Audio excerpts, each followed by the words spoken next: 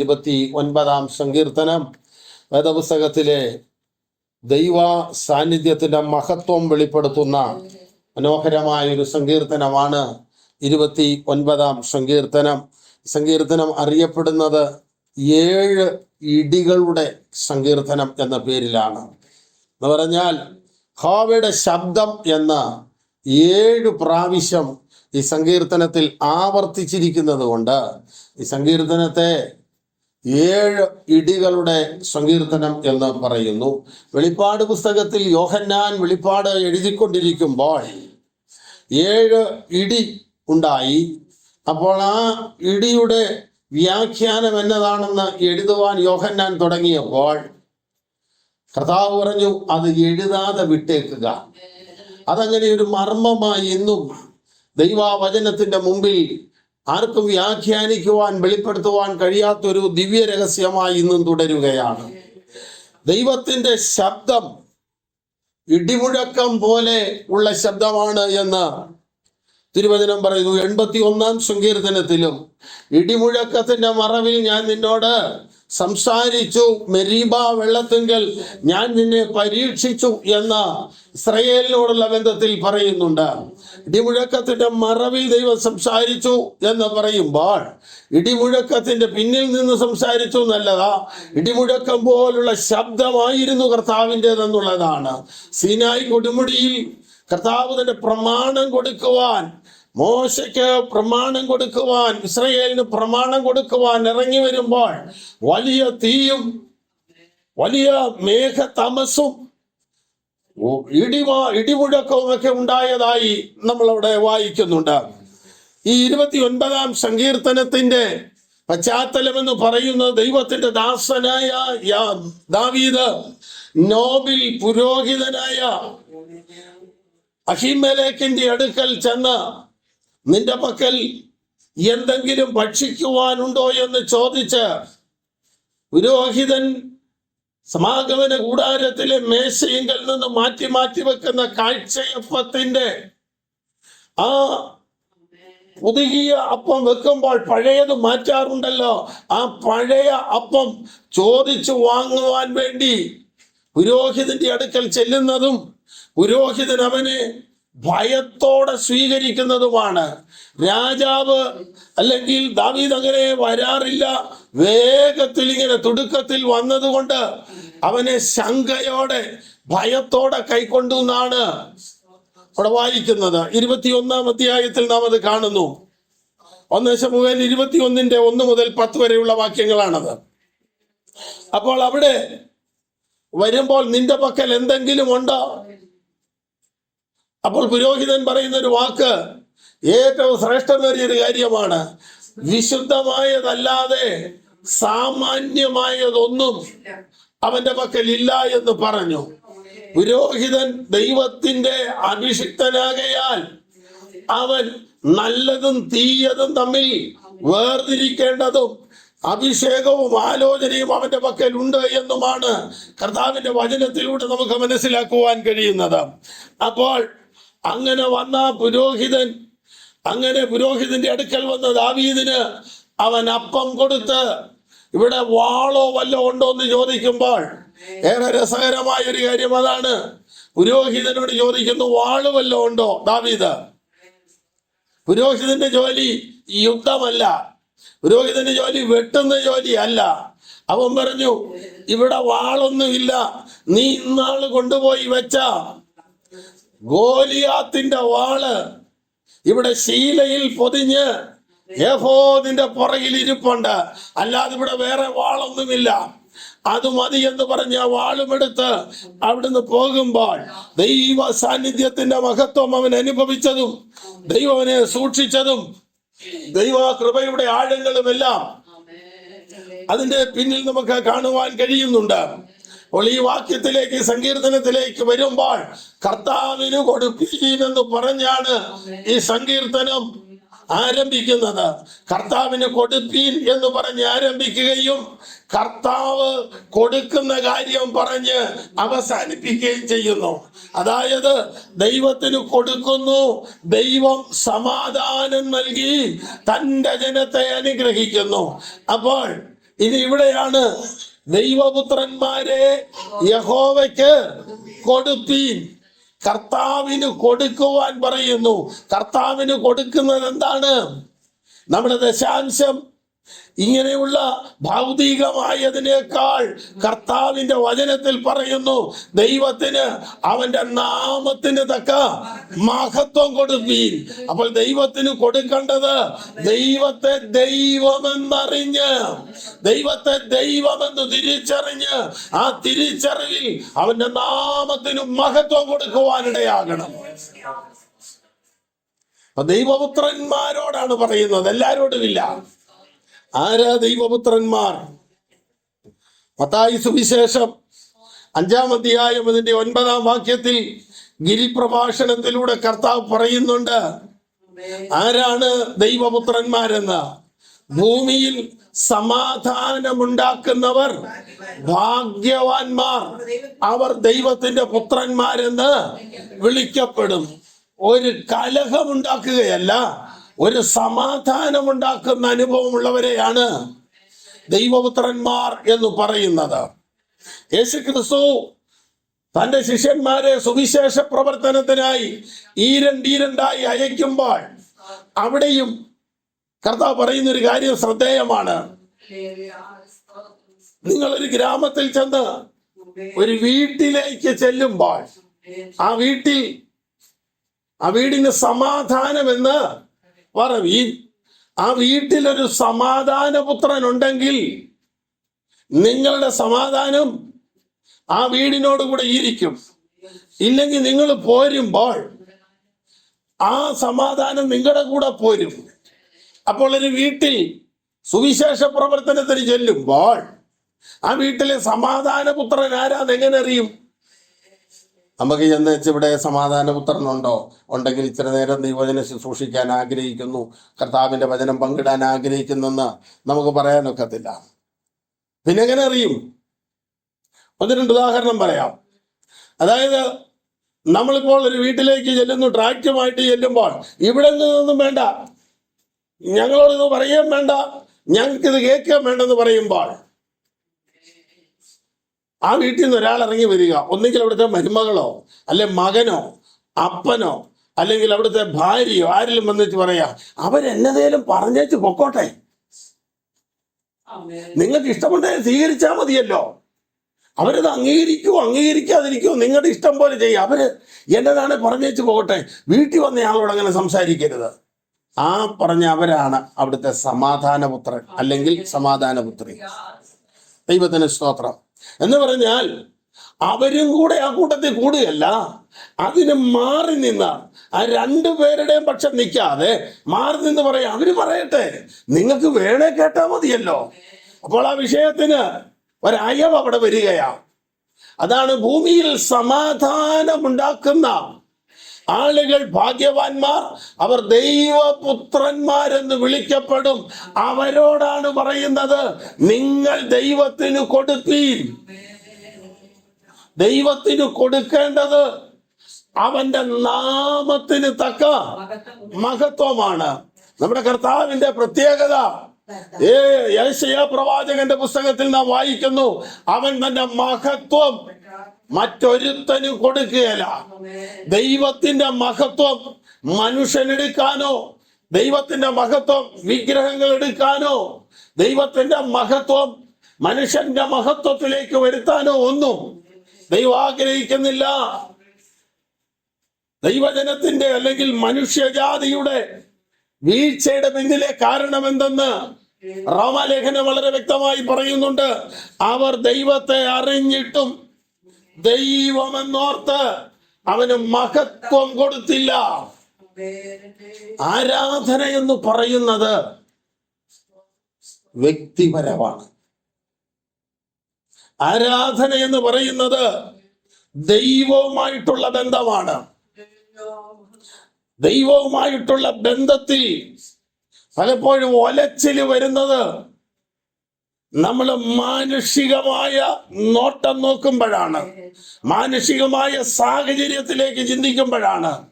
കർത്താവും നീയുമായുള്ള ബന്ധത്തിനിടയിൽ, കർത്താവും നീയുമായുള്ള ബന്ധത്തിനിടയിൽ യാതൊരു വിധമായ തടസ്സവും ഉണ്ടാകരുത്. എന്ന് പറഞ്ഞാൽ കർത്താവും ഞാനും കർത്താവുമായി, അല്ലെങ്കിൽ ഞാൻ എന്റെ ദൈവത്തോട് ബന്ധപ്പെടുന്നതിനകത്ത് എന്നെ ഭാരപ്പെടുത്തുന്ന വിഷയം ഉണ്ടാകരുത്. എന്നെ ഭാരപ്പെടുത്തിയ വ്യക്തികൾ ഉണ്ടാകരുത്. എന്നെ ഭാരപ്പെടുത്തിയ സംഭവങ്ങൾ ഉണ്ടാകരുത്. അതെല്ലാം ദൈവസന്നിധാനത്തെങ്കിൽ ആരാധനയെ തടസ്സപ്പെടുത്തുന്നുണ്ടെങ്കിൽ, ദൈവപുത്രന്മാരെ ദൈവത്തിന് കൊടുപ്പീൻ, അവന് മഹത്വം കൊടുപ്പീൻ എന്ന് പറയുന്ന ആരാധനയുടെ പവിത്രതയിലേക്ക് നമ്മെ കൊണ്ടെത്തിക്കാൻ കഴിയുന്നതല്ല. പിശാചിന് ഒറ്റ ലക്ഷ്യമുള്ളൂ പ്രിയപ്പെട്ടവരെ, നമ്മളെ ദൈവത്തിൽ നിന്ന് അകറ്റണം, ദൈവ സാന്നിധ്യത്തിൽ നിന്ന് അകറ്റണം, ദൈവത്തിന്റെ വചനത്തിൽ നിന്ന് അകറ്റണം, ദൈവത്തിന് മഹത്വം കൊടുക്കുവാനിടയാകരുത്.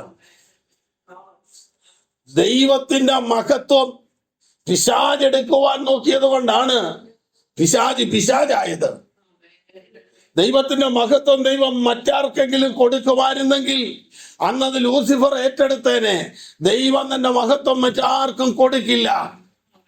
ദൈവത്തെ ആരാധിക്കുന്നതിനിടയിൽ, ദൈവവും നമ്മളുമായുള്ള ബന്ധത്തിനിടയിൽ ഭാരങ്ങളോ പ്രയാസങ്ങളോ സങ്കടങ്ങളോ വ്യക്തികളോ സംഭവങ്ങളോ വേദനാജനകമായ ഓർമ്മകളോ ഇതൊന്നും നമ്മളുമായുള്ള ദൈവികമായ ബന്ധത്തിനിടയിൽ വരരുത്. കർത്താവ് നമ്മെ സ്നേഹിച്ചതുപോലെ നാം ദൈവത്തെ സ്നേഹിക്കുവാൻ കർത്താവ് ജീവൻ കൊടുത്ത് സ്നേഹിച്ചതുപോലെ യോഹന്നാന്റെ ലേഖനം പറയുന്നു, നാം നമ്മുടെ സഹോദരങ്ങൾക്ക് വേണ്ടി ജീവനെ കൊടുക്കേണ്ടതാകുന്നു. സ്നേഹിതന്മാർക്ക് വേണ്ടി ജീവനെ കൊടുക്കുന്നതിലും അധികമായ സ്നേഹം ആർക്കുമില്ല എന്ന് കർത്താവിന്റെ വചനത്തിൽ നാം വായിക്കുന്നു. ദൈവത്തിന് സ്തോത്രം. ഇന്ന് പകലത്തെ ആരാധനയിൽ ദൈവവുമായി ബന്ധപ്പെടുവാൻ, ദൈവ സാന്നിധ്യം അനുഭവിക്കുവാൻ തടസ്സമായി ദൈവത്തിന് കൊടുക്കുവാനുള്ള മഹത്വവും ദൈവത്തിന് കൊടുക്കാനുള്ള ശക്തിയും ദൈവസന്നിധിയിൽ എത്തുവാൻ കഴിയാത്ത വിധത്തിൽ നമ്മെ ഭാരപ്പെടുത്തുന്നത് എന്തെങ്കിലും ഇന്ന് പകൽ നമ്മുടെ ചിന്താമണ്ഡലത്തിൽ, നമ്മുടെ ഹൃദയത്തിൽ ഉണ്ടെങ്കിൽ നമ്മുടെ ആരാധന ദൈവപ്രസാദമുള്ളതാവില്ല. അതിനെന്ത് ചെയ്യണം? ദൈവവചനത്തിന്റെ ആളിക്കത്തുന്ന അഗ്നിയുടെ നടുവിൽ ദൈവത്തിന്റെ പരിശുദ്ധാത്മാവ് നമ്മുടെ ഹൃദയത്തിൽ ഓർപ്പിക്കുന്ന എല്ലാ ഭാരങ്ങളും, എല്ലാ വേദനകളും, എല്ലാ സങ്കടങ്ങളും, എല്ലാ കഷ്ടതകളും, എല്ലാ പ്രയാസങ്ങളും ആ ആളിക്കത്തുന്ന യാഗപീഠത്തിലേക്ക് വെച്ചുകൊടുത്ത് ആത്മാവിലെ സ്വാതന്ത്ര്യം അനുഭവിപ്പാനിടയാകണം. പഴയ നിയമ ആരാധനയിൽ യാഗപീഠത്തിലേക്ക് നല്ല കനമുള്ള ഭാരമുള്ള വെയിറ്റുള്ള ഒരു കാളയോ ഒരു യാഗവസ്തുവുമായി വരുന്നവൻ യാഗം കഴിച്ച് തിരികെ പോകുമ്പോൾ അവന്റെ കൈകൾ കൊട്ടവിട്ടൊഴിഞ്ഞതായി സ്വാതന്ത്ര്യം അനുഭവിച്ചവനായി അവൻ കടന്നു പോകുന്നതിന്റെ പിന്നിലെ അർത്ഥം ആരാധനയ്ക്ക് വന്ന അനുഭവത്തിൽ അല്ല, ആരാധന കഴിഞ്ഞ് ദൈവനെ മടക്കി അയക്കുന്നത്. അപ്പോൾ ഈ ആരാധനയിൽ വരുമ്പോൾ ഭാരങ്ങൾ ഉണ്ടാകുവാൻ, ഭാരപ്പെടുത്തുന്നതുണ്ടാവാൻ പാടില്ല. ഒരു ദിവസത്തെ ആരാധന എങ്ങനെയെങ്കിലും അസ്വസ്ഥ കലുഷിതമാക്കുവാനാണ് ശത്രു ശ്രമിക്കുന്നത്. ദൈവത്തിന് സ്തോത്രം. കഴിഞ്ഞ ആഴ്ച ഞാൻ ദൈവവചനം ശുശ്രൂഷിച്ചപ്പോൾ ഓർപ്പിച്ചതുപോലെ, നാം നമ്മുടെ ലംഘനങ്ങളെ ദൈവത്തോട് ഏറ്റുപറഞ്ഞാൽ അവൻ നമ്മുടെ ലംഘനങ്ങളെ ക്ഷമിച്ച് നമ്മുടെ പാപങ്ങൾക്ക് പരിഹാരം വരുത്തുവാൻ അവൻ വിശ്വസ്തനും നീതിമാനുമായ ദൈവമാണ്. ദൈവത്തോടെ ഏറ്റുപറയുന്ന ഒരു ദൈവ പൈതലിന്റെ ലംഘനങ്ങളെ ദൈവം ക്ഷമിക്കും, ദൈവം മറക്കും. പക്ഷെ മനുഷ്യൻ മറക്കേല. ദൈവം ക്ഷമിച്ചു, ദൈവം പുറത്ത് നമ്മെ ഓരോരുത്തരെയും അതത് സ്ഥാനത്ത് നമ്മെ നിർത്തുന്നത് കൊണ്ടാണ്, നിന്നതല്ല, നിർത്തുന്നത് കൊണ്ടാണ് ഇന്ന് പകലും കർത്താവിനെ ആരാധിക്കുന്നത്. ജീവിതത്തിൽ പോരായ്മയില്ലാത്ത ആരാ ഉള്ളത്? എന്നാൽ അതിൽ തുടരുമ്പോഴാണ് നാം പാപികൾ എന്ന് അറിയപ്പെടുവാനിടയാകുന്നത്. നാം നമ്മുടെ ലംഘനങ്ങളെ ദൈവത്തോട് ഏറ്റുപറയുമ്പോൾ ലംഘനം ചെയ്ത അതരം, ലംഘനം ചെയ്ത നാവ് ദൈവത്തെ സ്തുതിക്കുന്ന നാവായി മാറുകയാണ്. യെശയ്യാ പ്രവാചകൻ ആലോചന പറയുമ്പോഴും അവന്റെ ജീവിതത്തിലെ അകൃത്യമുണ്ടെന്നാൽ സ്വർഗത്തിലെ യാഗപീഠത്തിൽ നിന്നൊരു കനലെടുത്ത് അവന്റെ ആദരത്തെ മുട്ടിച്ചപ്പോൾ അവന്റെ ലംഘനങ്ങൾ മാറുവാനിടയായി. അവൻ പറഞ്ഞു, ഇതാ ഞാൻ ശുദ്ധിയില്ലാത്ത അധരങ്ങളുള്ള മനുഷ്യൻ, ശുദ്ധിയില്ലാത്ത അധരങ്ങളുള്ള ജനത്തിന്റെ നടുവിൽ പാർക്കുന്നു. ആ അശുദ്ധിയുടെ നടുവിൽ ഞാൻ എൻ്റെ കണ്ണ് സൈന്യങ്ങളുടെ ദൈവമായ യഹോവയെ കണ്ടുപോയല്ലോ. അപ്പോൾ അശുദ്ധിയോടുകൂടെ ഇരിക്കുമ്പോഴാണ് ദൈവത്തിന്റെ സന്ദർശനം അവനിൽ വന്നത്. അതവനെ ദൈവകൃപയിലേക്ക് നടത്തി. പിന്നത്തേതിൽ യേശു ക്രിസ്തു ഭൂമിയിലേക്ക് വരുന്ന ആ അതുല്യമായ വെളിപ്പാട് പറയത്തക്കവണ്ണം പരിശുദ്ധാത്മാവ് അവനെ രൂപാന്തരം വരുത്തി. ദൈവത്തിന് സ്തോത്രം. പ്രിയരെ, ദൈവസന്നിധിയിൽ വളരെ ആത്മാർത്ഥതയോടെ പറയട്ടെ, കർത്താവിന്റെ സന്നിധിയിൽ നമുക്ക് പറയാൻ കഴിയാത്ത കാര്യം എന്താ ഉള്ളത്? കർത്താവിന്റെ സന്നിധിയിൽ വിട്ടുകളയുവാൻ കഴിയാത്ത കാര്യങ്ങൾ എന്താ ഉള്ളത്? കർത്താവിന്റെ മുമ്പിൽ ക്ഷമിക്കുവാൻ കഴിയാത്തത് എന്താ ഉള്ളത്? നമ്മുടെ കർത്താവ് നമ്മോട് ക്ഷമിക്കാൻ മതിയായവനായിരുന്നെങ്കിൽ പകൽ കർത്താവിന് കൊടുക്കുന്നതിൽ, ദൈവപുത്രന്മാരെ യഹോവയ്ക്ക് കൊടുപ്പീൻ, അവന് മഹത്വവും ശക്തിയും കൊടുപ്പീൻ, അവന്റെ നാമത്തിന് തക്ക മഹത്വം കൊടുപ്പീൻ. ദൈവത്തെ മഹത്വപ്പെടുത്തുന്നതിന് തടസ്സമായി എന്റെ അകത്തുള്ള ഭാരങ്ങൾ ഇന്ന് പകൽ നീങ്ങിപ്പോകുവാനിടയാകട്ടെ. ദൈവത്തിന് സ്തോത്രം. കർത്താവിന്റെ വചനം പറയുന്നു, യഹോവയ്ക്ക് കൊടുപ്പീൻ, അവന്റെ നാമത്തിന് തക്ക മഹത്വം കൊടുപ്പീൻ. ഇവിടെ കർത്താവിന് കൊടുപ്പീൻ എന്ന് പറയുമ്പോൾ നമ്മളൊക്കെ ആരാധനയിൽ, കൺവെൻഷനിൽ, സുവിശേഷ യോഗത്തിനിടയ്ക്കൊക്കെ നമ്മളിങ്ങനെ നമ്മുടെ കൂടിവരവിൽ പറയാറുണ്ട്, തുടർന്ന് കർത്താവിന് കൊടുക്കാനുള്ള സമയമാണെന്ന്. അപ്പോൾ ഇത്രയും നേരം എന്നെ എടുക്കുകയായിരുന്നു. ഏതാണ്ട് ശുശ്രൂഷയുടെയോ ആരാധനയുടെയോ ഒക്കെ മധ്യഭാഗത്ത് വരുമ്പോഴാണ് തുടർന്ന് കർത്താവിന് വേണ്ടി കൊടുക്കാനുള്ള സമയമാണ് എന്നൊരാഹ്വാനം വരും. അപ്പോൾ വന്ന നിമിഷം മുതൽ ഈ നിമിഷം വരെ നമ്മൾ കൊടുത്തോണ്ടിരിക്കുകയാ. കർത്താവിന് കൊടുക്കുക എന്നുള്ളതാണ് ആരാധനയിലെ ആദ്യ ഭാഗം. രണ്ടാമത്തെ ഭാഗമാണ് കർത്താവിൽ നിന്ന് സ്വീകരിക്കുക എന്നത്. പലരും കൊടുത്തേച്ചിഞ്ഞു പോകുക, സ്വീകരിക്കാൻ നിൽക്കുന്നില്ല. പ്രാർത്ഥനയെ കുറിച്ച് വേദപണ്ഡിതന്മാര് പറയുന്നത്, നമ്മൾ പ്രാർത്ഥിച്ച് ആമേൻ പറഞ്ഞ് എഴുന്നേറ്റ് പോകരുതെന്നാ. ഒരല്പസമയം കണ്ണുകളടച്ച് ധ്യാനത്തോടെ അവിടെ ഇരിക്കണം. ആ പ്രാർത്ഥന കേട്ട ദൈവം അതിൻ്റെ മേൽ എന്താ പറയുന്നതെന്നറിയാൻ. പക്ഷെ അതിന് നിൽക്കുകയില്ല. നമ്മുടെ നേർച്ച നമ്മൾ കഴിച്ചു, നമ്മുടെ ഉത്തരവാദിത്വം നമ്മൾ തീർത്തു, നമ്മൾ പോയി എന്നാ വരുന്നത്. അങ്ങനെ ചെയ്യരുതെന്നാ. കാരണം കർത്താവിന് നമ്മോട് സംസാരിക്കാനുണ്ടല്ലോ. മാനുഷികമായ സംസാരത്തിൽ പോലും നമ്മൾ ഒരാളോട് സംസാരിച്ചുകൊണ്ടിരിക്കുമ്പോൾ ഒന്നെങ്കിൽ മനുഷ്യനായതുകൊണ്ട് നമ്മൾ പറയുന്നു, അവര് പറയുന്നു, അല്ലെങ്കിൽ നമ്മൾ മുഴുവൻ പറഞ്ഞ ശേഷം അവരിങ്ങോട്ട് പറയുന്നത് കേൾക്കാൻ നിൽക്കണമല്ലോ. അപ്പോൾ ദൈവസന്നിധാനത്തെങ്കിൽ കർത്താവ് നമ്മൾ അങ്ങോട്ട് പറയുന്നതല്ലാതെ അവിടുന്ന് ഇങ്ങോട്ട് പറയുന്നത് കേൾക്കാൻ നിൽക്കാത്തത് കൊണ്ട്, അതുകൊണ്ടാവാം ഒരു പരിധിവരെ നമ്മുടെ പ്രാർത്ഥനയ്ക്ക് മറുപടി ലഭ്യമാകാതെ പോകുന്നത്. മറുപടി ചിലപ്പോൾ കർത്താവ് പറഞ്ഞു കാണും, നമ്മൾ കേട്ടില്ല. ദൈവത്തിന് കൊടുത്തി, ദൈവത്തിന് കൊടുക്കുമ്പോൾ, ദൈവത്തിന് സ്തോത്രം ചെയ്യുമ്പോൾ, നാമത്തിന് മഹത്വം കൊടുക്കുമ്പോൾ, ഒടുവിലെ വാക്യത്തിലേക്ക് വരുമ്പോൾ പറയുന്നു, അവൻ തന്റെ ജനത്തിന് സമാധാനം നൽകി അനുഗ്രഹിക്കും.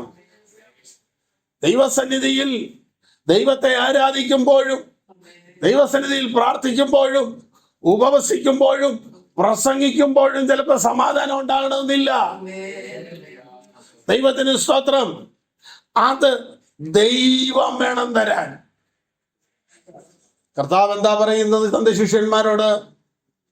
നിങ്ങളുടെ ഹൃദയം കലങ്ങരുത്, എൻ്റെ സമാധാനം ഞാൻ നിങ്ങൾക്ക് തരുന്നു. ഞാൻ നിങ്ങളെ അനാഥരായി വിടുകയില്ല. ഞാൻ നിങ്ങൾക്ക് സ്ഥലമൊരുക്കുവാൻ പോകുന്നു. ഞാൻ ഇരിക്കുന്നിടത്ത് നിങ്ങളെ ഇരുത്തും. നിങ്ങൾ അന്യോന്യം സ്നേഹിക്കണം. ഇങ്ങനെ കർത്താവ് ഓരോന്നും പറയുന്നു. അതിൽ ഏറ്റവും ഗൗരവമായ ഒരു കാര്യം, എൻ്റെ സമാധാനം ഞാൻ നിങ്ങൾക്ക് തന്നേച്ചു പോകുന്നു, എൻ്റെ സമാധാനം ഞാൻ നിങ്ങൾക്ക് തരുന്നു. അത് ലോകം തരുന്നത് പോലല്ലെന്ന്. ലോകം തരുന്നതിന് പരിമിതിയുണ്ട്. ഇന്ത്യ പാകിസ്ഥാൻ രാജ്യങ്ങൾ തമ്മിൽ എത്ര സമാധാന ചർച്ചകൾ കഴിഞ്ഞു, ഇതുവരെ ഒരു തീരുമാനമായില്ല. അതുപോലെ ഇസ്രായേൽ പാലസ്തീൻ പ്രശ്നത്തിൽ ലോകരാഷ്ട്രങ്ങളൊക്കെ എത്ര സമാധാനത്തിന്റെ ഉടമ്പടികൾ കൊണ്ടുവന്നു, എത്ര സമാധാന ചർച്ച നടത്തി. സമാധാനം നടക്കുമ്പോഴും വെടിവെപ്പ് നടക്കുകയാണ്. ലോകത്തിന്റെ സമാധാനം അങ്ങനെയാണ്. ലോകത്തിന്റെ സമാധാനം ദൈവ സമാധാനത്തിൽ നിന്ന് വ്യത്യാസമുണ്ട്.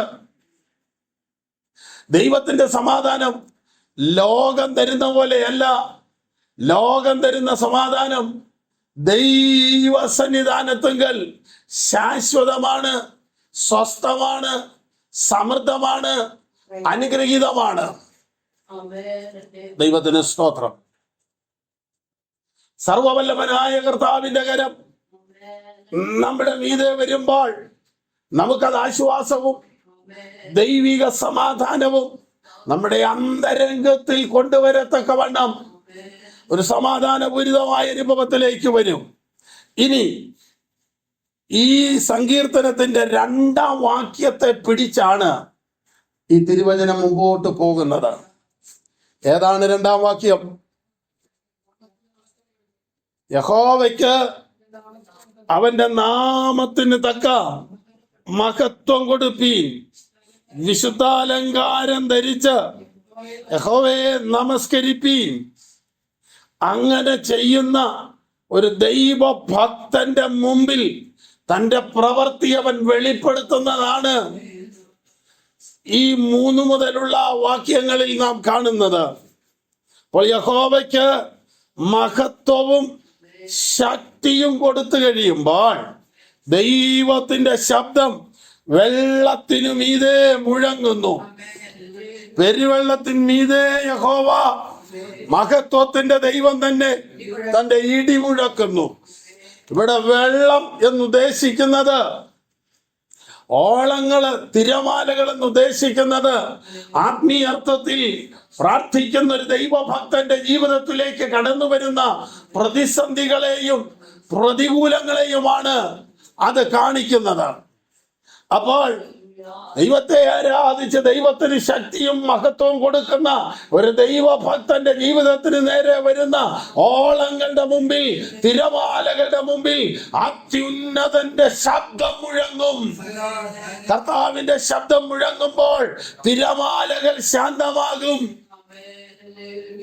ആർത്തിരമ്പി ശിഷ്യന്മാരുടെ പടകിലേക്ക് അടിച്ചു കയറിയ തിരമാലകളെ ദൈവ സാന്നിധ്യം തിരമാലയ്ക്ക് മീതെ വെളിപ്പെട്ടപ്പോൾ ശാന്തമായതുപോലെ ക്രിസ്തീയ ജീവിതത്തിൽ, ആത്മീയ മണ്ഡലത്തിൽ, കുടുംബ ജീവിതത്തിൽ, വിശ്വാസ ജീവിതത്തിൽ അടിച്ചുയരുന്ന സകല തിരമാലകളുടെയും മീതെ അധികാരമുള്ളവനായി നമ്മുടെ കർത്താവ് ഇറങ്ങി വന്നാൽ നമ്മുടെ ജീവിതത്തെ ഇളക്കുവാൻ, നമ്മുടെ ജീവിത പടകിനെ ഉലയ്ക്കുവാൻ, നമ്മെ അടിമുടി വട്ടം കറക്കുവാൻ കടന്നു വരുന്ന പ്രശ്നങ്ങളാകുന്ന, പ്രതികൂലങ്ങളാകുന്ന സകല ഓളങ്ങളുടെ മേലും അത്യുന്നതന്റെ സാന്നിധ്യം ഇറങ്ങി വരും. ദൈവത്തിന് സ്തോത്രം. ശിഷ്യന്മാരാണ് ഭയപ്പെടുന്നത്, ശിഷ്യന്മാരാണ് നിലവിളിക്കുന്നത്, ശിഷ്യന്മാരാണ് കണക്ക് കൂട്ടിയത് നശിച്ചു പോകുന്നെന്ന്. കർത്താവിന്റെ പദ്ധതി എന്താ? നിങ്ങൾക്ക് ഇതുവരെ വിശ്വാസമായില്ലേ?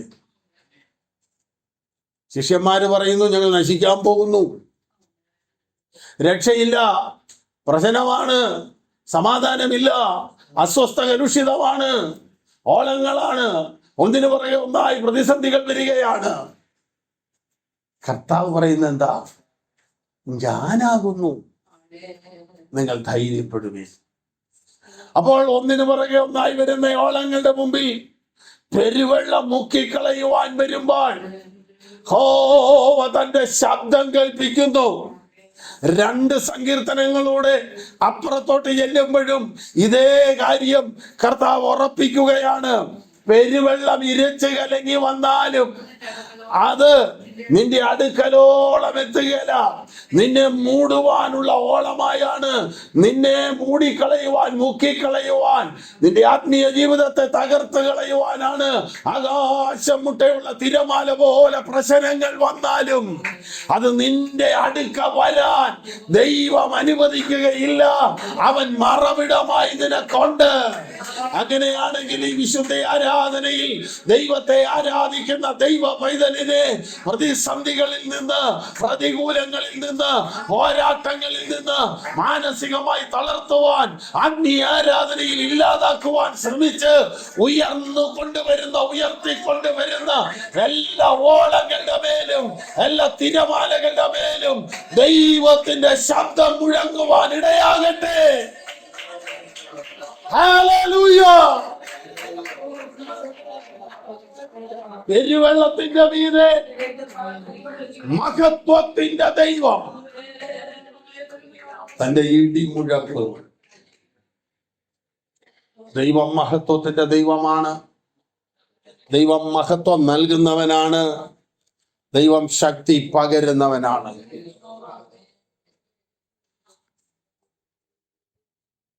ഏഴാം വാക്യം നമുക്കൊന്നാ വായിക്കാം. യഹോവ എന്റെ ബലവും 29. യഹോവയുടെ ശബ്ദം അഗ്നിജ്വാലകളെ ചിന്തിക്കുന്നു. യഹോവയുടെ ശബ്ദം മരുഭൂമിയെ നടുക്കുന്നു. ഇവിടെ ഒരു തെറ്റ് നമ്മുടെ വേദപുസ്തകത്തിലുണ്ട്. ഓശാന, POC, RC ബൈബിളുകളിൽ അതിൻ്റെ വ്യാഖ്യാനം, ശരിയായ വ്യാഖ്യാനം, യഹോവയുടെ ശബ്ദം അഗ്നിജ്വാലകളെ ചിഹ്നിക്കുന്നു എന്നല്ല, അഗ്നിജ്വാലകളെ ആളിക്കുന്നു എന്നാ. ആളിച്ച് കത്തുന്നു. എന്നാലല്ലേ വചനം ശരിയാവുള്ളൂ. നമ്മുടെ കർത്താവിന്റെ പ്രത്യേകത യെശയ്യാപ്രവചനത്തിൽ പറയുന്നു, അവൻ ചതഞ്ഞ ഓട ഓടിക്കുകയല്ല, പുകയുന്ന തിരിയെ കെടുത്തുകയല്ല. പുകയുന്ന തിരിയെ കത്താനായിട്ട്, പുകഞ്ഞുകൊണ്ടിരിക്കുന്നതിനെ ആളി കത്തത്തക്കവണ്ണം ഒരു ജ്വലനം നൽകുന്നവനാണെങ്കിൽ അവൻ കത്തുന്ന അഗ്നിയെ ചിഹ്നിക്കുകയല്ല. ദൈവത്തിന് സ്തോത്രം. അതുപോലെ മരുഭൂമിയെ, അല്ലെങ്കിൽ അവന്റെ ശബ്ദം വനങ്ങളെ തോലുരിക്കുന്നെന്നാണ് നമ്മുടെ വേദപുസ്തകത്തിൽ. കാരണം നമ്മുടേത് ഏറ്റവും പുരാതനമായ മലയാളമാണ്. അതുകൊണ്ടാണ് ഒരു പ്രദേശം വനമാണെങ്കിൽ ആ വനം മുഴുവൻ തകർത്തു മാറ്റി കഴിയുമ്പോൾ അവിടുത്തെ ആ ഭൂപ്രതലം നഗ്നമായി വെളിപ്പെടുന്നത് പോലെ ദൈവത്തിന്റെ ശബ്ദം വനങ്ങളെ ഉരിഞ്ഞു കളയുന്നെന്നാണ്, വനങ്ങളെ തകർത്തു മാറ്റിക്കളയുന്നെന്നാണ് ശരിയായ അർത്ഥം. നമ്മൾ പറയും കർത്താവ് ഒരു സൈഡിൽ ഇരുന്നുകൊണ്ട് മരങ്ങളുടെ എല്ലാം തൊലി പൊളിക്കുവാന്ന്. ദൈവത്തിന്റെ ശബ്ദം വനങ്ങളെ തോലുരിക്കുന്നെന്ന് പറഞ്ഞാൽ വനങ്ങളെ പറിച്ചു മാറ്റിക്കളയുന്നു എന്ന് പറഞ്ഞാൽ, നിഗൂഢ വനമായിരുന്നെങ്കിൽ അതിനെ കർത്താവ് തകർക്കുകയാണ്.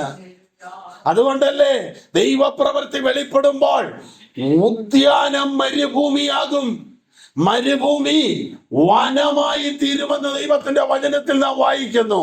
ഒരു വചനത്തിന് മറ്റൊരു വചനം അതിന്റെ പിൻബലമായിരിക്കണം. വചനത്തെ വചനം കൊണ്ട് വേണം വ്യാഖ്യാനിക്കുവാൻ. അപ്പോൾ യഹോവ അഗ്നിജ്വാലകളെ ആളിക്കുന്നു എന്ന് പറഞ്ഞാൽ നീ ആത്മാവിൽ ജ്വലിക്കുവാൻ ആഗ്രഹിച്ചാണ് ഈ പകൽ ദൈവസന്നിധിയിൽ ഇരിക്കുന്നെങ്കിൽ നിന്നിലെ തീയെ തള്ളിക്കെടുത്തുന്നവനല്ല, നിന്നിലെ തീയെ അടച്ചു കളയുന്നവനല്ല, നിന്നിലൊരു ജ്വലനമുണ്ടാക്കുന്ന, നിന്നിലൊരാളലുണ്ടാക്കുന്ന, ഒരാത്മീയ കത്തലുണ്ടാക്കുന്നവനാണ് എന്റെ ദൈവം. Praise the Lord. ഈ വിശുദ്ധ ആരാധനയിൽ ആ ജ്വലനം നിന്നിൽ ഉണ്ടാകട്ടെ. അതിന് തടസ്സമായി നിൽക്കുന്ന എല്ലാ വെല്ലുവിളികളും ദൈവവചനത്തിന്റെ മുമ്പിൽ, ദൈവാരാധനയുടെ മുമ്പിൽ നീങ്ങി പോകട്ടെ. ആത്മാവിലൊന്ന് കത്തുവാൻ. ഹല്ലേലൂയ. ചില വചനങ്ങളുടെ മുമ്പോട്ട് ചെല്ലുമ്പോൾ 39-ാം സങ്കീർത്തനത്തിൽ നാം ഇങ്ങനെ വായിക്കുന്നു, ഞാൻ ഉരിയാടാതെ ഊമനായിരുന്നു, നന്മയെ ഗണ്യമാക്കാതെ മൗനമായിരുന്നു, എന്റെ സങ്കടം പൊങ്ങി വന്നു. ദൈവത്തിന് സ്തോത്രം. ആ സങ്കീർത്തനത്തിന്റെ ആദ്യ ഭാഗത്ത് നാവുകൊണ്ട് പാപം ചെയ്യാതിരിപ്പാൻ ഞാൻ എൻ്റെ വഴികളെ സൂക്ഷിക്കുമെന്ന്. വഴികളാണ് നാവുകൊണ്ട് പാപം ചെയ്യുവാൻ പ്രേരണ നൽകുന്നത്. മനുഷ്യൻ പറയുന്ന ഏതു നിസാര വാക്കിനും ന്യായവിധി ദിവസത്തിൽ കണക്ക് ബോധിപ്പിക്കേണ്ടതായി വരുമെന്ന് തിരുവചനം പറയുന്നു. അടുത്ത ഭാഗത്തേക്ക് സങ്കീർത്തനക്കാരൻ വരുമ്പോൾ പറയുന്നത്, ഞാൻ ഉരിയാടാതെ ഊമനായിരുന്നു. എവിടെ? ദൈവസന്നിധിയിൽ. നന്മയെ ഗണ്യമാക്കാതെ മൗനമായിരുന്നു, എന്റെ സങ്കടം പൊങ്ങി വന്നു. ദൈവത്തിന് സ്തോത്രം. ഈ വിശുദ്ധ ആരാധനയിൽ ദൈവ പൈതലേ, നിന്റെ സങ്കടം നിന്റെ അകത്തുനിന്ന് പൊങ്ങി വരുന്നുണ്ടോ? നിന്റെ സങ്കടം നിന്നെ വേദനിപ്പിക്കുന്ന അനുഭവങ്ങൾ പൊങ്ങി വരുന്നുണ്ടോ? വിശുദ്ധ ആരാധനയിൽ നിന്റെ സങ്കടപ്പെടുത്തുന്ന അനുഭവങ്ങളുണ്ടോ? നിമ്മൗനമായിരിക്കെ.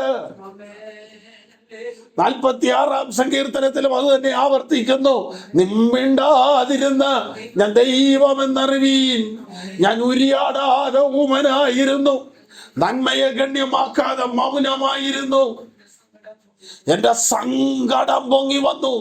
ദൈവസന്നിധിയിൽ വേണം നമ്മുടെ സങ്കടം പറയാൻ. മനുഷ്യനോട് നമ്മുടെ സങ്കടം പറഞ്ഞാൽ മനുഷ്യൻ, എല്ലാവരും ഏതെങ്കിലുമൊക്കെ സങ്കടക്കടലിലുള്ളവരാണ്, എല്ലാവരും ഏതെങ്കിലുമൊക്കെ സങ്കടത്തിലകത്തുള്ളവരാണ്. എന്നാൽ ഒരു സങ്കടങ്ങളുമില്ലാതെ സകല സങ്കടങ്ങൾക്കും പരിഹാരം നൽകുവാൻ കഴിയുന്ന കർത്താവിന്റെ മുമ്പിൽ വേണം നമ്മുടെ സങ്കടങ്ങൾ പറയാൻ. എന്റെ സങ്കടം പൊങ്ങി വന്നു, ഞാൻ ദൈവത്തെ ധ്യാനിക്കുവാൻ തുടങ്ങി. ധ്യാനമെന്ന് പറയുന്നത് ആഴത്തിലുള്ളതാണ്. ദൈവത്തിന് സ്തോത്രം. ധ്യാനത്തിലേക്ക് ഞാൻ ഇറങ്ങി. അപ്പോൾ എന്റെ ധ്യാനത്തുങ്കൽ ഒരു ജ്വലനമുണ്ടാവുകയാ. ദൈവത്തിന് സ്തോത്രം. എന്റെ ധ്യാനത്തുങ്കൽ ഒരു ജ്വലനമുണ്ടായി. ആ ജ്വലനം എന്റെ അന്തരാളങ്ങളിൽ നിന്ന് ഉയർന്നു വന്ന് മൗനമായിരുന്ന, വാതുറക്കാതിരുന്ന എന്റെ അതരത്തിനകത്ത് തീയായി വെളിപ്പെട്ടിട്ട് അഗ്നി പോലെ അതായി തീർന്നിട്ട് ഞാൻ നാവെടുത്ത് സംസാരിച്ചു. ഒരു ഭക്തന്റെ ധ്യാനത്തുങ്കൽ വേണം ദൈവവചനത്തിന്റെ തീ കത്താൻ. ഒരു ഭക്തന്റെ ആരാധനയിൽ വേണം ദൈവിക വെളിപ്പാടുകളുടെ ജ്വലനം ഉണ്ടാക്കുവാൻ. ദൈവത്തിന് സ്തോത്രം. ഇന്ന് പകൽ യഹോവയുടെ ശബ്ദം, ദൈവത്തിന്റെ ശബ്ദം, യഹോവയുടെ ശബ്ദം, ദൈവ വചനത്തിന്റെ ശബ്ദം നിന്നെ ഒന്ന് ജ്വലിപ്പിക്കട്ടെ. നിന്റെ സങ്കടങ്ങൾ നീങ്ങിയിട്ട്, നിന്റെ ഭാരങ്ങൾ നീങ്ങിയിട്ട്, നിന്റെ വേദനകൾ നീങ്ങിയിട്ട് ഈ പകൽ നീ ഒന്ന് ജ്വലിച്ചേ പോകാമുള്ളൂ. ദൈവത്തിന് സ്തോത്രം. പ്രശ്നം എന്തുമാകട്ടെ, ഭാരം എന്തുമാകട്ടെ, പോരാട്ടം എന്തുമാകട്ടെ, കർത്താവിന്റെ കരങ്ങളിലേക്ക് വിട്ടുകൊടുത്തിട്ട് ഇന്ന് പകലൊന്ന് കത്താൻ തയ്യാറാകാമോ? ഇന്ന് പകലൊന്ന് ജ്വലിക്കാൻ തയ്യാറാകാമോ?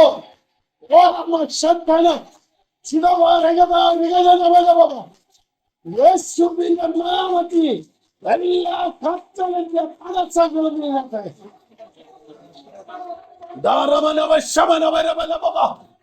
യേശു ക്രിസ്തുവിന്റെ നാമത്തിൽ ജയം. പ്രിയരെ, നമ്മിൽ ഒരു ജ്വലനം ഉണ്ടാക്കണമെങ്കിൽ ദൈവത്തിന്റെ ശബ്ദം നമ്മുടെ അകത്ത് കത്തുന്ന തീയെ ആളിക്കണമെങ്കിൽ ഈ ശബ്ദം അകത്ത് കയറണം. ഈ ശബ്ദം അകത്ത് കയറുന്നില്ലെങ്കിൽ അകത്തൊരു ജ്വലനം ഉണ്ടാകുകയില്ല. അകത്ത് ജ്വലനം ഉണ്ടാകുന്നത് അത്യുന്നതന്റെ ശബ്ദം അകത്ത് കയറുമ്പോഴാ. ദൈവത്തിന്റെ ശബ്ദം എന്ന് പറയുന്നത് ദൈവത്തിന്റെ വചനമാണ്. ദൈവത്തിന്റെ വചനത്തിനൊരു പ്രത്യേകതയുണ്ട്. അത് തടസ്സമായി നിൽക്കുന്നതല്ല, തുളഞ്ഞു കയറുന്നതാണ്. എങ്ങനെ? എബ്രായ ലേഖനം 4:12 ദൈവത്തിന്റെ വചനം ജീവനും ചൈതന്യമുള്ളതായി. ദൈവത്തിന്റെ വചനത്തിന് ജീവനുണ്ട്. വചനം ദൈവമാണ്, അവനിൽ ജീവനുണ്ട്. ആ ജീവനുള്ള വചനം, ജീവിപ്പിക്കുന്ന വചനം നമ്മുടെ അകത്തോട്ട് കയറും. എങ്ങനെ? സദ്യമജ്ജകളെ വേർപിടിക്കും വരെ തുളച്ച് ചെല്ലുവാനും ഹൃദയത്തിലെ ചിന്തകളെയും ഭാവങ്ങളെയും വിവേചിക്കുന്നതാ. അപ്പോൾ ഈ അഗ്നിജ്വാലകളെ ചിഹ്നിക്കുന്നെന്ന് നമ്മുടെ വചനത്തിൽ പറയുമ്പോൾ നമ്മുടെ അകത്ത് ഭാരങ്ങളും വേദനകളും സങ്കടങ്ങളും നിരാശകളും ആളുകൾ തമ്മിലുള്ള അഭിപ്രായ വ്യത്യാസങ്ങളുടെയും എല്ലാം ചാരം മൂടിയിട്ട് അതിന്റെ അടിയിൽ ഒരു കനലുണ്ട്. ആ കനലിലേക്ക് ദൈവത്തിന്റെ ശബ്ദമായി ഒരു ജ്വലനം ചെല്ലണം. ഓർക്കൂ, തീയിൽ നിന്ന് മാത്രമേ തീ പകരാൻ കഴിയൂ. നീ നിന്റെ കുടുംബത്തിനകത്ത് ജ്വലിച്ചാൽ നിന്റെ ജ്വലനം നിന്റെ കുടുംബത്തിലെ ജ്വലനമായി മാറും. ദൈവസഭ ജ്വലിക്കണമെങ്കിൽ ജീവിതങ്ങൾ ജ്വലിക്കണം. ദൈവത്തിന് സ്തോത്രം. കർത്താവ് ഭൂമിയിൽ തീയിടാൻ വന്നെന്നാ പറഞ്ഞേ, അല്ലേ?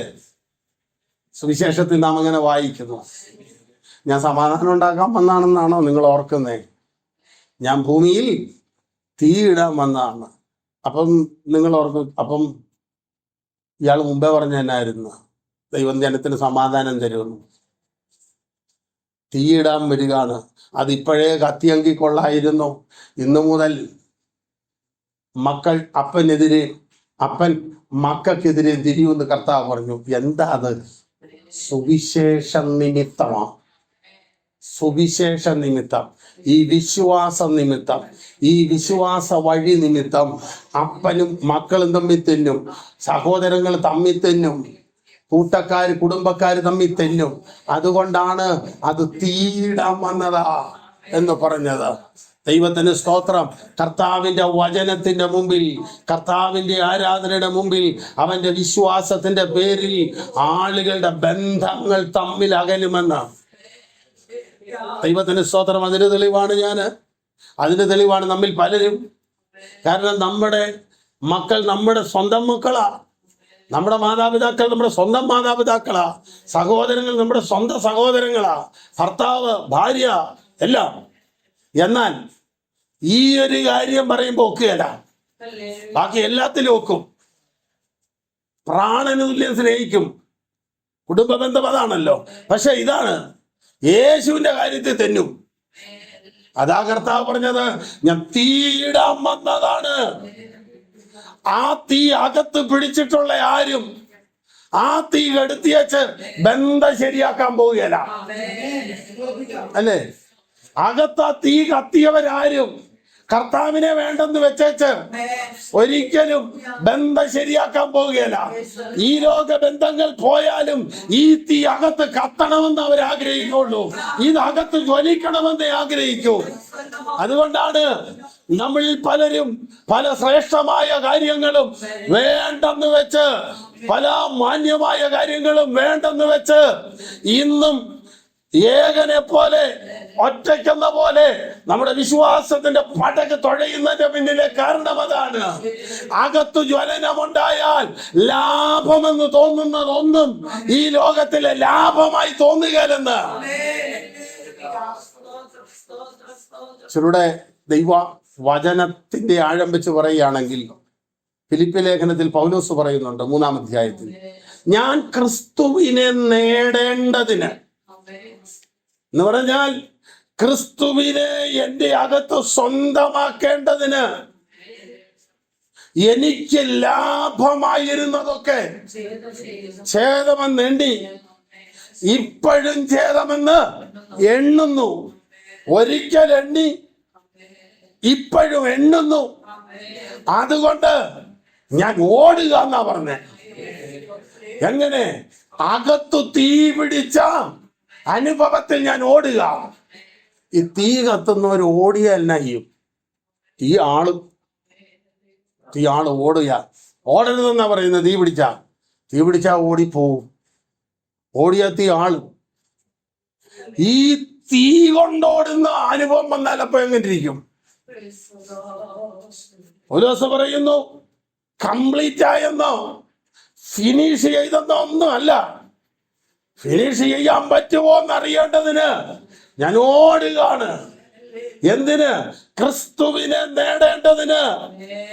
അടുത്തത് ഗലാത്യ ലേഖനത്തിൽ പറയുന്ന ഈ കൃപയുടെ അനുഭവത്തിലേക്ക് ദൈവം എന്നെ കൊണ്ടുവന്നപ്പോൾ, ഈ ആലോചനയുടെ ആഴങ്ങളിലേക്ക് കർത്താവ് എന്നെ ഇറക്കിയപ്പോൾ, അവന്റെ വേലയ്ക്ക് വേണ്ടി ഞാൻ ഇറങ്ങുമ്പോൾ ഞാൻ എന്റെ മാംസരക്തങ്ങളോടൊന്നും അനുവാദം ചോദിച്ചില്ല. ദൈവത്തിന് സ്തോത്രം. കാരണം എന്താ? ഇത് ഒരുവന്റെ അകത്ത് കത്തുമ്പോൾ ആ ജ്വലനം എല്ലാവരിലേക്കും പടരാൻ താമസമെടുക്കും. പലതും മാറി നിൽക്കും. എന്നാൽ നിന്നിൽ ഒരു വെളിച്ചമുണ്ടെങ്കിൽ, നിന്നിൽ ഒരു തീ ഉണ്ടെങ്കിൽ അത് അണയ്ക്കാനാണ് പിശാച് നോക്കുന്നത്. ദൈവത്തിന് സ്തോത്രം. നമ്മളൊക്കെ ചാരം മൂടിയ കനലുകളാണ്. നമ്മുടെ അകത്തൊരു കനലുണ്ട്. പക്ഷേ വല്ലപ്പോഴും മാത്രം ജ്വലിക്കുന്നത് കൊണ്ട് ആ ജ്വലനം വെളിപ്പെടുന്നില്ല. ചാരം മൂടി കിടക്കുക. പരിശുദ്ധാത്മാവിന്റെ കാറ്റടിക്കുമ്പോൾ ഈ ചാരമെല്ലാം അങ്ങ് മാറും. ദൈവത്തിന് സ്തോത്രം. വെളിച്ചങ്ങൾ വീശുന്നു, അന്ധകാരം മാറുന്നു. ദൈവത്തിന്റെ ആത്മാവുള്ളിലാകുമ്പോൾ, അകത്ത് ഒരു ജ്വലനം ഉണ്ടാകുമ്പോൾ, കർത്താവിന്റെ ശബ്ദം എന്ന് പറയുന്നത് കർത്താവിന്റെ വചനം എന്ന് പറയുന്നത് കർത്താവ് അഗ്നിജ്വാലയെ ആളിക്കുന്നു എന്ന് പറഞ്ഞാൽ, നീ കത്താൻ തുടങ്ങിയാൽ ലോകം ചിലപ്പോൾ നിന്നെ തല്ലിക്കെടുത്തിയെന്ന് വരും. ദൈവത്തിന് സ്തോത്രം. ലോകം നിന്നെ ഊതിക്കെടുത്താൻ ശ്രമിച്ചെന്ന് വരും. പക്ഷെ കർത്താവ് നിന്നെ ജ്വലിപ്പിച്ചു കൊണ്ടിരിക്കും. ദൈവത്തിന് സ്തോത്രം. നമ്മൾ ആ ഏറ്റവും അധികം സ്നേഹിക്കുന്നിടത്തു നിന്നായിരിക്കും നമുക്ക് ഏറ്റവും അധികം വെല്ലുവിളി വരുന്നത്. പിശാചിന് വേറെ ഒന്നുമല്ല ലക്ഷ്യം. നീ ജ്വലിക്കരുത്, നീ കത്താനിടയാകരുത്, നീ ഒരു ദീപമായി മാറാതിരിപ്പാൻ. ദാവീദ് പറയുന്നു, യഹോവയുടെ ദീപത്തെ കത്തിക്കും. കെട്ടുപോകാൻ അവൻ അനുവദിക്കുകയല്ല. ദൈവത്തിന് സ്തോത്രം. ഈ തിരുവചന ഭാഗത്തേക്ക് നമുക്കൊന്ന് തിരിച്ചു വരാം. നമ്മുടെ കർത്താവിന്റെ വചനത്തിന്റെ ആഴം പറയുന്നത് ശ്രദ്ധിക്കൂ. യഹോവയുടെ ശബ്ദം അഗ്നിജ്വാലയെ ജ്വലിപ്പിക്കുന്നു, അതിനെ ആളിക്കുന്നു. നിബിഡ വനമെന്ന് വിചാരിക്കുന്നതിനെ മരുഭൂമി പോലെ ആക്കി തീർക്കുന്നു. എന്നിട്ടോ യഹോവയുടെ മന്ദിരത്തിൽ സകലതും മഹത്വമെന്ന് ചൊല്ലുന്നു. ദൈവത്തിന്റെ മഹത്വം വെളിപ്പെടുന്നതിന് തടസ്സമായി നിൽക്കുന്ന നിബിഡ വനങ്ങളെ ദൈവം ശാസിക്കും. ദൈവവചനത്തിന് വിരുദ്ധമായി നിൽക്കുന്ന ഓളങ്ങളെയും പെരുവെള്ളങ്ങളെയും ദൈവം ശാസിക്കും. ദൈവത്തിന്റെ ജനത്തിന്റെ അകത്ത് ഒരു ജ്വലനം ഉണ്ടാകുന്നതിന് തടസ്സമായി നിൽക്കുന്ന, ആളിക്കത്തുവാൻ തടസ്സമായി നിൽക്കുന്ന എല്ലാ തടസ്സങ്ങളെയും മാറ്റിയിട്ട് അവൻ അകത്ത് അഗ്നിയെ ജ്വലിപ്പിക്കും. ദൈവത്തിന് സ്തോത്രം. അടുത്ത ഭാഗത്ത് നാം ഇപ്രകാരം കാണുന്നു. 10-11 വാക്യങ്ങളിൽ യഹോവ ജലപ്രളയത്തിനു മീതെ ഇരുന്ന് യഹോവ എന്നേക്കും രാജാവായിരിക്കുന്നു എന്ന് പറഞ്ഞാൽ, ജലപ്രളയത്തിന്റെ മീതെ ഇരുന്നു എന്ന് പറഞ്ഞാൽ അതിൻ്റെ മീതെ ഉള്ള അധികാരം, രാജാവെന്ന് പറയുന്നത് അധികാരത്തെയാണ് കാണിക്കുന്നത്. കർത്താവിന്റെ അധികാരത്തിന് കീഴിലാണ് ഇവിടെ ഉയരുന്ന സകല പ്രളയങ്ങളുമെന്ന്, ഇവിടെ ഉയരുന്ന സകല തിരമാലകളുമെന്ന് കർത്താവിന്റെ വചനം പറയുന്നു. മർക്കോസിന്റെ സുവിശേഷം 4-ാം അധ്യായത്തിൽ ഉയരുന്ന തിരമാലയെ കർത്താവ് ശാന്തമാക്കുവാൻ കൽപ്പിച്ചു. ദൈവത്തിന് സ്തോത്രം. കാറ്റിനെ അടങ്ങ എന്ന് പറഞ്ഞു. കാറ്റാണ് തിരമാല ഉയർത്തുന്നത്. എന്നാൽ എല്ലാവരും ശാസിക്കുന്നത് തിരമാലയാ. തിരമാല ഉയർത്തുന്ന ഒരു കാറ്റുണ്ട്. ആ കാറ്റിനെ വേണം ശാസിക്കാൻ. ദൈവത്തിന് സ്തോത്രം. നമ്മളൊക്കെ പ്രശ്നങ്ങളെ കാണുന്നുള്ളൂ. എന്നാൽ ആ പ്രശ്നം കൊണ്ടുവരുന്ന ഒരു കാറ്റുണ്ട്, അഥവാ ഒരാത്മാവുണ്ട്. അതിനെ വേണം ശാസിക്കാൻ. മറ്റൊരു ഭാഗത്ത് കർത്താവ് തന്റെ ശിഷ്യന്മാരെ അക്കരയ്ക്ക് പറഞ്ഞയച്ചിട്ട് കർത്താവ് പ്രാർത്ഥിപ്പാൻ പോയി.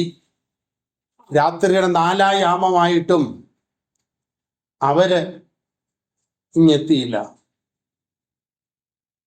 പണ്ട് ഇതുപോലെ ബസ്സും വാഹന സൗകര്യങ്ങളില്ലാത്തൊരു കാലത്ത് ഒരു പുള്ളി ഒരു ഷാപ്പിൽ കയറി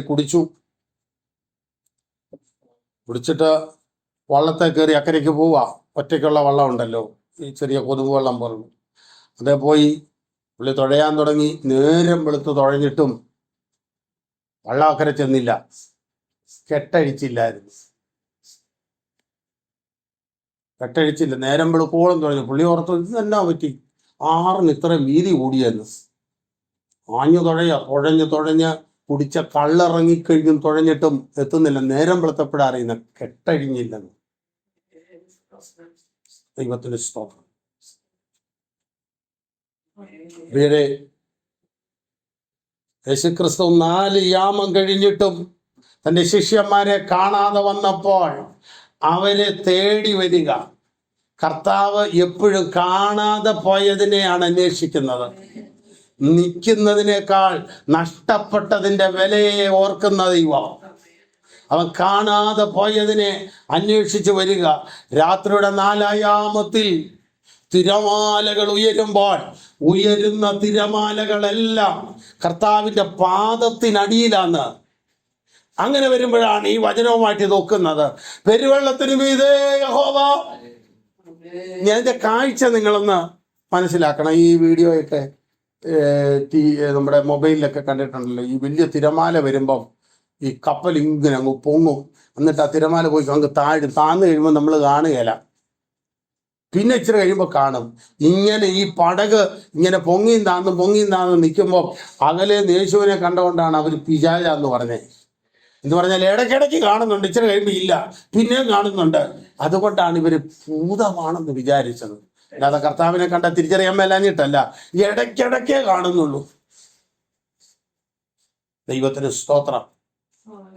ആ കർത്താവ് അടുത്തേക്ക് വന്നിട്ട് ഞാനാകുന്നെന്ന് അന്നേരവും പറയുന്നു. അതിനൊത്തിരി അർത്ഥങ്ങളുണ്ട്. ഈ വിഷയത്തിന്റെ മേൽ പ്രവർത്തിക്കുന്നവൻ, ഈ തിരമാലയെ ശാസിക്കുന്നവൻ, നിങ്ങളുടെ ഈ ഭയത്തെ അകറ്റുന്നവൻ, നിങ്ങൾ ഇപ്പോൾ ഉൾപ്പെട്ടിരിക്കുന്ന ഈ പ്രതിസന്ധിക്ക് പരിഹാരം വരുത്തുന്നവൻ ഞാനാകുന്നെന്ന്. അങ്ങനൊരുത്തൻ പടകിലേക്ക് കയറിയപ്പോൾ ശാന്തതയുണ്ടായി. അപ്പോൾ കർത്താവ് വേണം ജീവിത പടകിലേക്ക്, ദൈവസഭയാകുന്ന പടകിലേക്ക്, കുടുംബമാകുന്ന പടകിലേക്ക് കയറുവാൻ. അപ്പോൾ ശാന്തത വരും. 107-ാം സങ്കീർത്തനത്തിൽ നാം വായിക്കുന്നു, ശാന്തത വന്നതുകൊണ്ട് അവർ അത്യന്തം സന്തോഷിച്ചു. ശാന്തത വരണം. എന്ത് ചെയ്യണം? യഹോവ തന്റെ ജനത്തിന് ശാന്തത കൊടുക്കണം. Praise the Lord. പെരുവെള്ളത്തിന്റെ മീതെ യഹോവ, പെരുവെള്ളത്തിന്റെ മീതെ യഹോവ രാജാവായിരിക്കുന്നു എന്ന് പറഞ്ഞാൽ ഈ ഉണ്ടായ വലിയ തിരമാലയുടെയും അധികാരി എൻ്റെ കർത്താവാണെന്ന്. അതിൻ്റെ മീതെ കർത്താവ് ഇരിക്കുന്നത് കാണുമ്പോഴാണ് ജനത്തിന് സമാധാനം വരുന്നത്. പ്രിയരെ, ഒരു നിമിഷം നമ്മുടെ കണ്ണുകൾ ദൈവസന്നിധിയിൽ നടക്കാം. അവൻ തൻ്റെ ജനത്തിന് സമാധാനം നൽകുന്ന ദൈവമാണ്. ആ നല്ല കർത്താവിൻ്റെ കരത്തിലേക്ക് നമ്മെ ഒന്ന് ഏൽപ്പിക്കാം.